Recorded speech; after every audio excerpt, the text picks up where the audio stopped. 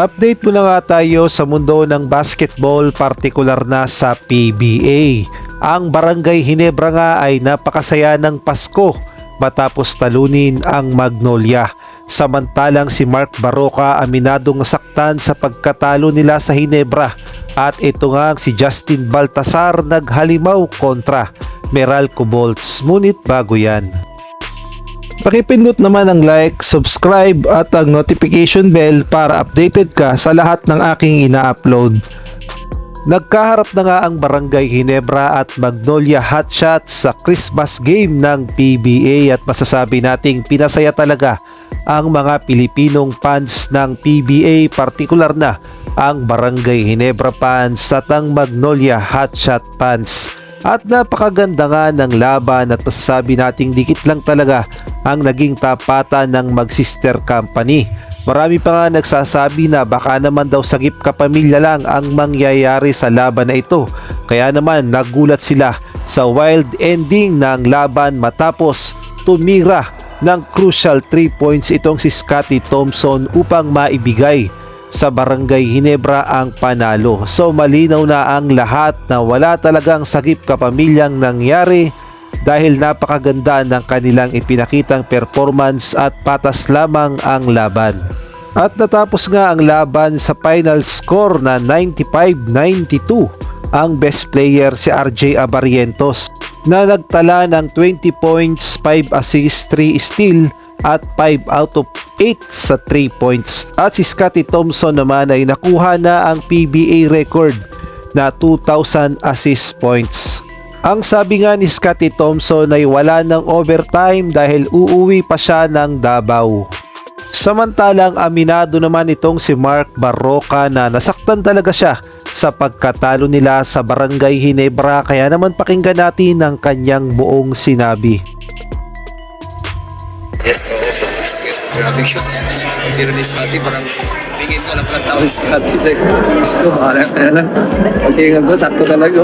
Parang 0-0 talaga. Parang sakto klasan. Pagkita ko, net na lang yung malaw. Kasi line of Justin. Talaga. Kung may bigay kami natira, yun ang talaga. Kasi nga, si RJ at si Justin, papalik-balik dun sa handoff nila eh. So parang nagka-confuse kami dun. Switch. So, yun talaga. Wala talaga nangyayari. So, yun talaga. Ang sakit na kasi laki ng lamang namin sa hospital. Ganun nga. So, wala, may never, diba? May never say die nila. Talagang nagkaroon talaga yan.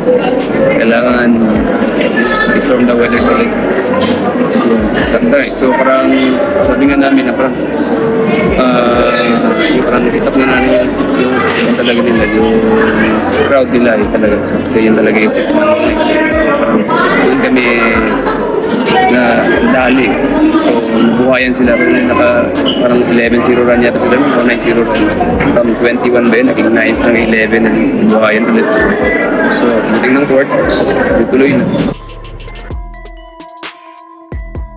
At dahil nga sa panalo ng Barangay Ginebra sa Magnolia Hotshots ay umakyat na nga ang kanilang record sa 3-2. Samantalang ang Magnolia naman ay bumagsak sa 2-4. At ang susunod nga na laban ng Barangay Ginebra ay next year na, January 5, kontra naman sa San Miguel Beermen. Kaya naman abangan natin na magiging performance ng Barangay Ginebra sa susunod na taon at kung mananalo ba sila sa San Miguel Beermen. At kung kayo naman ang tatanungin anong masasabi nyo sa naging performance ng Barangay Ginebra kontra sa Magnolia, sagip kapamilya ba o talaga namang totally effort ang ginawa ng Ginebra? Samantalang napakaganda naman ang naging laban ng Converge Fiber Xers kontra nga dito sa Meralco Bolts. Sa ngayon nga ang Converge ay pangalawa na sa standing na may record na 6-2, samantalang ang Meralco Bolts naman ay 3-2 at masasabi nating nakipagsabayan naman ang Meralco Bolts dito nga sa Converge Fiber Xers, kaya nga lang ang naging problema ay mas maraming naging bala ang Converge kumpara naman sa Meralco Bolts. Kabilang na nga dyan si Jordan Heading at gayon na rin nandito rin si Stockton at ito inaabangan din ang performance ni Justin Baltasar at ipinaramdam na nga niya ang kanyang lakas kontra sa Meralco Bolts. Ang nag-iisang kabalin ay naghalimaw at umiskor ng 16 points, 7 rebounds, 4 assists 6 out of 9 sa field goals. At tinalo nga nila ang Meralco Bolts sa final score na 110-94. Ito nga si Jordan Heading ang best player na may 30 points, 6 rebounds, 8 assists.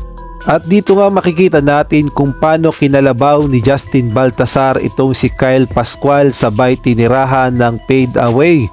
Ipinamalas na nga ni Justin Baltasar na siya ang 2-time MVP ng MPBL at ipinakita niya na ang kanyang galing at lakas. Dito nga makikita natin na no match talaga itong si Kyle Pascual at tinirahan lamang ng fade away ni Justin Baltasar. Kaya naman abangan pa natin ang mga susunod na performance ni Baltasar sa Converge Fiber Xers.